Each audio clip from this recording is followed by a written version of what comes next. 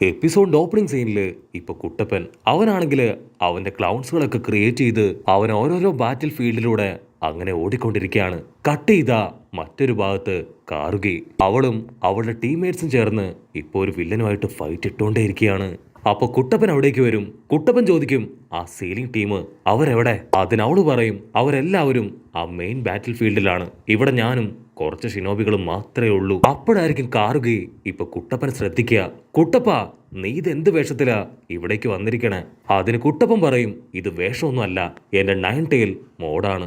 ഇപ്പൊ എന്റെ പവർ വളരെ കൂടുതലാണെന്ന് പറഞ്ഞ് അങ്ങനെ സ്റ്റൈലായിട്ട് നിൽക്കും. കുട്ടപ്പൻ ചോദിക്കും, ഇവരൊക്കെ ആരാ? അതിനവള് പറയും, ആ നടുക്ക് നിൽക്കുന്നത് സാമുറായി ആണ്. റീആനിമേഷനിലൂടെ നമ്മൾ അറ്റാക്ക് ചെയ്യാൻ വന്ന ഒരു സാമുറായി. കുട്ടപ്പൻ അപ്പോഴായിരിക്കും ആ സാമുറായിയെ അദ്ദേഹത്തെ ശരിക്കൊന്ന് ശ്രദ്ധിക്കുക. കുട്ടപ്പൻ പറയും, ഇതാ ടാട്ടുമാക്കിയല്ലേ, ഇവനെങ്ങനെ ഇവിടേക്ക് എത്തി? അത് കേട്ട് അവൻ ഷോക്കാവും. അവൻ പറയും, ഒരുപാട് കാലങ്ങൾക്ക് മുൻപ് ഞാൻ സാമുറായി ടീമിലുണ്ടായിരുന്നു. അതിനുശേഷം ഞാൻ ആ ടീം വിട്ട് പുറത്തേക്ക് വന്നു. അവൻ കുട്ടപ്പനോട് ചോദിക്കും, നിനക്കെങ്ങനെ എന്നെ അറിയാം? അതിന് നറൂട്ടോ പറയും, ഞാനാണ് സാക്ഷാൽ നറൂട്ടോ ഉസുമാക്കി. അത് കേട്ട് അവൻ ഷോക്കാവും. നറൂട്ടോ, ഇത് നീയായിരുന്നോ? സത്യത്തില് നീ ഇത്രയും വളർന്നോ? എനിക്കിത് വിശ്വസിക്കാൻ കഴിയുന്നില്ല. അപ്പ അവിടുന്ന് അങ്ങനെ കട്ട് ചെയ്ത് ഇപ്പൊ ഒരു ഫ്ലാഷ് ബാക്ക് കാണിക്കും. ഫ്ലാഷ് ബാക്കില് ഹൊക്കാഗെ ആന്റി ഇപ്പൊ ഷിക്കമരു ടീമിന്റെ കൂടെ നറൂട്ടോയെ കൂടെ ആഡ് ചെയ്യും. അതിനുശേഷം അവർക്കിപ്പോ ഒരു സ്പെഷ്യൽ മിഷൻ കൊടുക്കുകയാണ്. ഹൊക്കാഗെ ആന്റി പറയും, ഒരാളെ കുറച്ചു പേര് ചേർന്ന് തട്ടിക്കൊണ്ടുപോയി.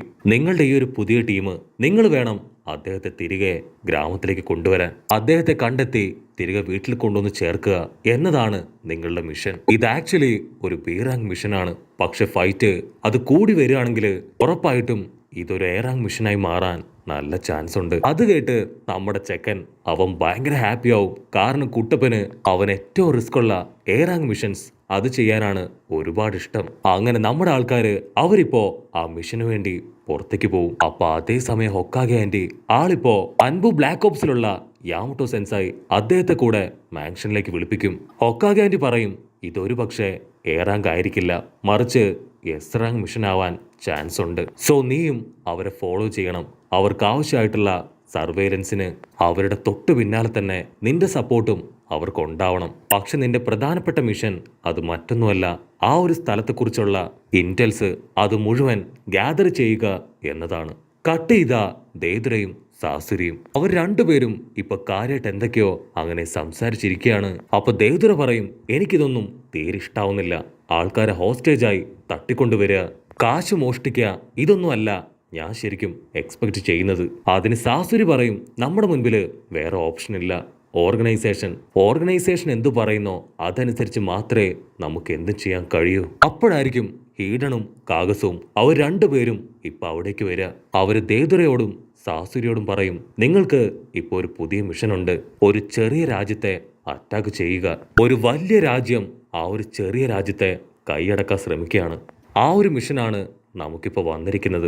അതുകൊണ്ട് തന്നെ നിങ്ങൾ എത്രയും പെട്ടെന്ന് ഈ ഒരു മിഷനുമായി ബന്ധപ്പെട്ട് അവിടേക്ക് പോകണം. കട്ട് ചെയ്ത ഇവിടെ നമ്മുടെ ആൾക്കാരെ കാണിക്കും. അവരിപ്പോ ആ ഒരു നഗരത്തിലേക്ക് എത്തിക്കഴിഞ്ഞു. ഷിക്കമരു പറയും, ഇത്തവണ ആദ്യം ഈ ഒരു മിഷനു വേണ്ടി ആദ്യം പ്രവർത്തിക്കുന്നത് ചോച്ചിയും നറൂട്ടോയും ആയിരിക്കും. ബാക്കി ഞങ്ങൾ രണ്ടുപേരും നിങ്ങൾക്ക് ഫുൾ സപ്പോർട്ടായി നിങ്ങളുടെ പിന്നാലെ തന്നെ ഉണ്ടാവും. ഷിക്കമരു പറയും, അവിടെ ഇപ്പോ ഒരു വലിയ മത്സരം നടക്കുന്നുണ്ട്. അതുകൊണ്ട് തന്നെ നിനക്ക് നൈസായിട്ട് ആ ഒരു മത്സരത്തിൽ പാർട്ടിസിപ്പേറ്റ് ചെയ്ത് ഗ്രാമത്തിലേക്ക് കയറി പറ്റാം. ചോച്ചിക്കാണെങ്കിൽ മത്സരം എന്ന് പറയുമ്പോൾ തന്നെ പേടിയാവാനായിട്ട് ആരംഭിക്കും. ഷിക്കമരു പറയും, പേടിക്കേണ്ട ആവശ്യമൊന്നുമില്ല, നിനക്ക് ഇഷ്ടപ്പെട്ട മത്സരം തന്നെയാണ് തീറ്റ മത്സരം.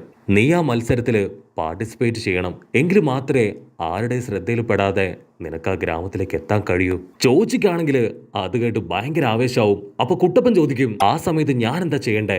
അതിന് ഷിക്കമരു പറയും, ചോച്ചി അവൻ എല്ലാവരുടെയും ശ്രദ്ധ തെറ്റിക്കുന്ന സമയത്ത് നീ ആ എൻഗ്ലാഡിനെ കണ്ടുപിടിച്ച് ഇവിടേക്ക് കൊണ്ടുവരണം. അതിനുശേഷം ട്രാൻസ്പോർട്ടേഷൻ ജിപ്സ് ഉപയോഗിച്ച് എൻഗ്ലാഡറായി മാറി നീ വേണം അവിടെ ഇരിക്കാൻ. അവിടുന്ന് അങ്ങനെ ബ്ലാക്ക് ഔട്ട് ചെയ്ത് ഇപ്പൊ ആ ഒരു ബാറ്റിൽ ഫീൽഡ് കാണിക്കും. അവിടെ ഒരുപാട് പേര് തീറ്റ മത്സരത്തിനായി അങ്ങനെ റെഡിയായിട്ട് നിൽക്കുകയാണ്. കുട്ടപ്പനും നറൂട്ടോയും ചോച്ചിയും കുട്ടപ്പനും അവരും ഇപ്പൊ അതിൽ പാർട്ടിസിപ്പേറ്റ് ചെയ്യാൻ ആൾക്കാരുടെ ഇടയിൽ അങ്ങനെ ഹായായിട്ട് നിൽക്കും. അടുത്ത ബെല്ല് മുഴങ്ങുമ്പോ ഇപ്പൊ തീറ്റ മത്സരം അത് ആരംഭിക്കും. കുട്ടപ്പനും ചോച്ചിയും അവർ രണ്ടുപേരും ഇപ്പൊ വാശിയോടുകൂടെ ഫുഡ് തിന്നുകൊണ്ടേയിരിക്കുകയാണ്. അതേസമയം ഷിക്കമരു അവനിപ്പോ ഈനോയ്ക്ക് എൻഗ്ലാഡിനെ അവൻ അങ്ങനെ ചൂണ്ടിക്കാണിച്ചു കൊടുക്കും. അതൊരു ചെറിയ പയ്യനാണ്. അവനൊരു ചെയറിലിരുന്ന് ആ ബാറ്റില് അതങ്ങനെ ആസ്വദിച്ച് കാണുകയാണ്. നമ്മുടെ കൂട്ടുകാർക്ക് നല്ല അടിപൊളി സിനിമകൾ കാണാൻ ഒരുപാട് ഇഷ്ടമായിരുന്നല്ലേ. ഒരുപാട് നല്ല നല്ല മൂവീസ് ഒക്കെ ഉണ്ടായിരുന്ന മല്ലു ഡബ്ഡ് ചാനൽ അത് നമുക്ക് നഷ്ടമായി. പക്ഷെ കൂട്ടുകാരും വിഷമിക്കണ്ട, മല്ലു ഡബ്ഡ് എന്ന ചാനലിന്റെ പേരിൽ തന്നെ ഇപ്പൊ പുതിയൊരു ചാനൽ തുടങ്ങിയിരിക്കുകയാണ്. അതിൽ കൂട്ടുകാർക്ക് ഏറ്റവും ഇഷ്ടപ്പെട്ട മാർവൽ മൂവീസ് അതൊന്നൊന്നായി ഇപ്പൊ അപ്ലോഡ് ചെയ്തിട്ടുണ്ട്. സോ തീർച്ചയായിട്ടും എന്റെ സ്വത്ത് കുട്ടികള് നമ്മുടെ പുതിയ മൂവി ചാനലായ മല്ലു ഡബ്ഡിനെ സപ്പോർട്ട് ചെയ്യണം. ആ ചിന്ന പയ്യന്റെ തൊട്ടടുത്തായി ഒരു സാമുറായി സോൾജിയറിനെ കണ്ടോ? അവനാണ് ആ ചിന്ന പയ്യനെ പ്രൊട്ടക്ട് ചെയ്യുന്ന അവന്റെ സോൾജിയർ. അപ്പൊ അതേ സമയം ഇവിടെ ഗെയിമിന്റെ സെക്കൻഡ് റൗണ്ട് അത് സ്റ്റാർട്ടാവും. ഇവിടെ കുട്ടപ്പനാണെങ്കിൽ ഇപ്പൊ കിട്ടിയ ഫുഡ് അത് ഒരുപാട് ഇഷ്ടമാണ്. അവന്റെ ഏറ്റവും ഫേവറേറ്റ് ആയിട്ടുള്ള റാമൻ നൂഡിൽസ്. പക്ഷെ എന്താ അവന്റെ വയറ് ഫുള്ള് അതാ ബന്ന് കഴിച്ച് ഫില്ലായിട്ടിരിക്കുകയാണ്. കുട്ടപ്പനാണെങ്കിൽ കഴിക്കണോ എഴുന്നേറ്റ് ഓടണോ എന്നറിയാതെ കൺഫ്യൂസ്ഡ് ആയിട്ടിരിക്കും. കുട്ടപ്പൻ ആ നൂഡിൽസ് അത് കുറച്ചെടുത്ത് ടേസ്റ്റ് ചെയ്യും.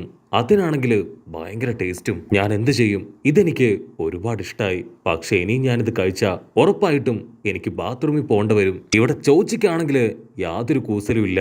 അവൻ കിട്ടിയ ഫുഡ് മുഴുവൻ വെട്ടി വിഴുങ്ങാണ്. ഇവിടെ ഫ്യൂഡലാഡിനാണെങ്കിൽ ആ ഗെയിമൊക്കെ കണ്ട് ഭയങ്കര ആവേശമായിട്ടിരിക്കുകയാണ്. അപ്പൊ അതേസമയം ഇവിടെ സാമുറായി അവർ ലാഡ്സുവിനോട് പറയും, ലാഡ്സു നീ ഗെയിം അത് കണ്ടത് മതി, എന്റെ പിന്നാലെ വാ, നിനക്കിപ്പോ ഞാൻ ട്രെയിനിങ് തരാൻ പോവാണ്. അതിനവൻ ചോദിക്കും, എല്ലാ ദിവസവും നമ്മൾ ട്രെയിനിങ് നടത്തുന്നതല്ലേ, ഇവിടെ ഇത്രയും നല്ലൊരു ഗെയിം നടക്കുകയാണ്, എനിക്കാണെങ്കിൽ ഈ ഗെയിം അത് ഒരുപാട് ഇഷ്ടമായി, ഇന്ന് ട്രെയിനിങ് വേണ്ട, ഞാൻ ഈ ഗെയിം കണ്ടോട്ടേം ചോദിക്കും. പക്ഷെ സാമുറായി ആളാണെങ്കിൽ അതിന് സമ്മതിക്കാതെ അവനെ കൂട്ടിക്കൊണ്ടു പോകും. കട്ട് ചെയ്താ ഇവിടെ കുട്ടപ്പനാണെങ്കിൽ ഇപ്പൊ ഗെയിമിൽ ഫെയിലായി. ചോച്ചി അടക്കം 3 പേരാണ് അവസാന റൗണ്ടിലേക്ക് ഇപ്പൊ സെലക്ട് ആയിരിക്കുന്നത്. അവിടുന്ന് അങ്ങനെ ബ്ലാക്ക് ഔട്ട് ചെയ്ത ഇപ്പൊ ലാഡ്സുവും ആ സാമുറായും അവർ രണ്ടുപേരും ചേർന്ന് ഉഷാറായിട്ട് ഇപ്പൊ പ്രാക്ടീസ് ചെയ്തുകൊണ്ടേ ഇരിക്കുകയാണ്. സാമുറായി പറയും, ഇപ്പൊ നിന്റെ ഫൈറ്റ് അത് ശരിക്കും നല്ല ഇംപ്രൂവ്ഡ് ആയിട്ടുണ്ട്, പക്ഷെ നീ ഇനിയും ട്രെയിനിങ് എടുക്കണമെന്ന് പറഞ്ഞ് ഇപ്പൊ അവന്റെ വാള് സാമുറായി തട്ടി താഴെയിടും. അവനാണെങ്കിൽ കൈക്ക് ഒരുപാട് വേദന എടുത്ത് അങ്ങനെ താഴെ ഇരിക്കും. അവൻ പറയും, ഞാനെന്തിനാ ഇങ്ങനെ ട്രെയിനിങ് എടുക്കുന്നേ, ഞാൻ ഓൾറെഡി ഒരു ഹോസ്റ്റേജ് ആണ്, സോ എനിക്കിതിന്റെ ആവശ്യമൊന്നുമില്ല. പക്ഷെ സാമുറായി ആണെങ്കിൽ അതൊന്നും മൈൻഡ് ചെയ്യാതെ ഇപ്പൊ വീണ്ടും വാളെടുത്ത് വീശും. അത് കണ്ട് പേടിച്ച് അവനിപ്പോ പുറകിലേക്ക് തെറിച്ച് വീഴും. അപ്പോഴായിരിക്കും പ്രിൻസസ് അവളിപ്പോ അവിടേക്ക് വരിക. പ്രിൻസസ് സാമുറായോട് പറയും, ചെറിയൊരു കുട്ടിക്ക് എങ്ങനെയാണോ നിങ്ങൾ ട്രെയിനിങ് കൊടുക്കുക, ഇത് വളരെ ബാഡാണെന്ന് പറയുമ്പോ സാമുറായി ആളൊന്നും മിണ്ടാതെ അവിടുന്ന് കടന്നു പോവും. അവളിപ്പോ അവനോട് ചോദിക്കും, നീ ഓക്കെ അല്ലേ? അതിനവൻ പറയും, കുഴപ്പമൊന്നുമില്ല, ഞാൻ ഓക്കെയാണ്. അപ്പൊ അവിടുന്ന് അങ്ങനെ കട്ട് ചെയ്ത് ഇപ്പൊ വീണ്ടും ആ ഗെയിം കാണിക്കും. അടുത്ത ബെൽ സൗണ്ട് മുഴങ്ങും. ഉടനെ എല്ലാവരും ഇപ്പൊ മത്സരിക്കാനായിട്ട് തയ്യാറാവും. ഷിക്കമരു ആണെങ്കിൽ ഇപ്പൊ ആരുടെ ശ്രദ്ധയിൽപ്പെടാതെ ഏതോ ഒരു ഭാഗത്ത് ഒളിച്ചിരിക്കുകയാണ്. അപ്പൊ അതേസമയം ഈനോ അവളൊരു പ്രത്യേക ഭാഗത്തേക്ക് വന്ന് ഇപ്പൊ ലാഡ്സോ അവന്റെ മൈൻഡ് ഇപ്പൊ പതിയെ കൺട്രോൾ ചെയ്യും. ഉടനെ ലാഡ്സു അവൻ എഴുന്നേറ്റ് നിൽക്കും. അവൻ പറയും, എനിക്ക് അത്യാവശ്യമായിട്ട് ഒന്ന് ബാത്റൂമിൽ പോകണമെന്ന് പറഞ്ഞ് അങ്ങനെ ബാത്റൂമിലേക്ക് നടക്കും. ലാഡ്സു നടന്ന് ഏതോ ഒരു റൂമിലേക്ക് കയറും. അപ്പൊ ഷിക്കമരു അവനിപ്പോ ലാഡ്സുവിന് ഒരു ലെറ്റർ കൊടുക്കും. ആ സമയത്ത് ഈനോ അവളുടെ ചിപ്സു അത് ബ്രേക്ക് ചെയ്യും. ഷിക്കമരു പറയും, ഈ ഒരു ലെറ്റർ അത് നിനക്ക് നിന്റെ അച്ഛൻ തന്നു വിട്ടതാണ്. ഞാനും എന്റെ ഫ്രണ്ട്സും ഇവിടേക്ക് വന്നത് നിന്നെ രക്ഷപ്പെടുത്താനാണ്. കട്ട് ചെയ്ത ആ ബാറ്റിൽ ഫീൽഡ് കാണിക്കും. അവിടെ ചോച്ചി അവൻ ജയിച്ചു കഴിഞ്ഞു. അപ്പോഴാണെങ്കിൽ നമ്മുടെ കുട്ടപ്പൻ അവനിപ്പോ ആ ചെക്കന്റെ വേഷത്തില് പ്രിൻസസിന്റെ തൊട്ടടുത്ത് വന്നിരിക്കും.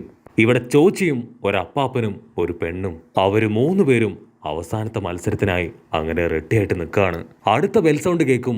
ഉടനെ അവർ 3 പേരും ആവേശത്തില് ആ ഫുഡ് തിന്നുകൊണ്ടേയിരിക്കും. ഷിക്കമരുവിന് മനസ്സിലാവും, ഇങ്ങനെ പോയാൽ ചോച്ചി അവൻ ഉറപ്പായിട്ടും ഇതിൽ ജയിക്കും. ഉടനെ ഷിക്കമരു അവന്റെ ഷാഡോ ജിപ്സു അതുപയോഗിച്ച് ഇപ്പൊ ചോച്ചിയെ കൺട്രോൾ ചെയ്യാൻ തുടങ്ങും. ചോച്ചിയെ കൊണ്ടാണെങ്കിൽ ഇപ്പൊ അവന്റെ കൈ അത് മൂവ് ചെയ്യാൻ കഴിയില്ല. അല്പസമയം കഴിയുമ്പോ ഷിക്കമരു ആ ജിപ്സു ബ്രേക്ക് ചെയ്യും. ആ അപ്പാപ്പൻ ആള് ഫസ്റ്റ് അടിക്കും. ചോച്ചി അവന് സെക്കൻഡ് പ്ലേസ് കിട്ടും. തേർഡ് പ്ലേസിൽ ആ ഒരു പെണ്ണും. അതിനുശേഷം ഇപ്പൊ ഓരോരുത്തർക്കായിട്ട് ഓരോ ഗിഫ്റ്റ് കൊടുക്കാൻ തുടങ്ങും. ഫസ്റ്റ് പൊസിഷൻ വന്ന ആ ഒരു അപ്പൂപ്പന് ഒരു വീട് കൊടുക്കും. രണ്ടാമതായിട്ട് ചോച്ചിക്ക് അവനൊരു വലിയ ബാസ്ക്കറ്റ് കൊടുക്കും. 3-ാം സ്ഥാനം കിട്ടിയ ആ ഒരു പെണ്ണിന് അവൾക്കാണെങ്കിൽ ഒരു ചെറിയ ബാസ്ക്കറ്റും കൊടുക്കും.